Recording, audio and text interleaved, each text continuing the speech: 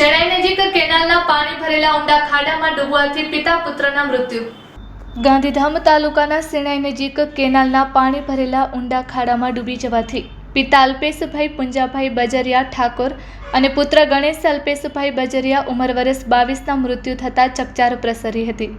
પોલીસના સત્તાવાર સાધનોએ વિગતો આપતા જણાવ્યું હતું કે શેણાઈ નજીક આવેલા ભેડિયામાં આ ઘટના બની હતી. મૂળ મહેસાણાના ખેરાલુના આ પિતા પુત્ર પાણી ભરેલા ઊંડા ખાડામાં નાહવા માટે ગયા હતા.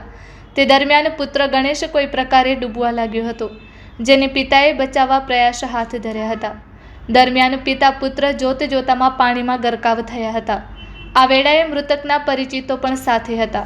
પ્રશાસન દ્વારા મૃતકોની શોધખોળ આરંભી હતી. આ કાર્યવાહીમાં ડોલ્ફિન કંપનીના તરવૈયાઓની મદદ લેવાઈ હતી.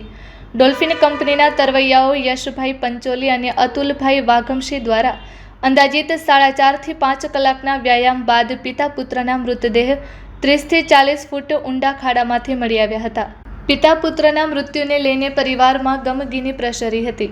મૃતક શેણાઈ નજીક આવેલી ખાનગી સોસાયટીમાં ચોકીદાર તરીકે નોકરી કરતા હોવાની વિગતો બહાર આવી હતી.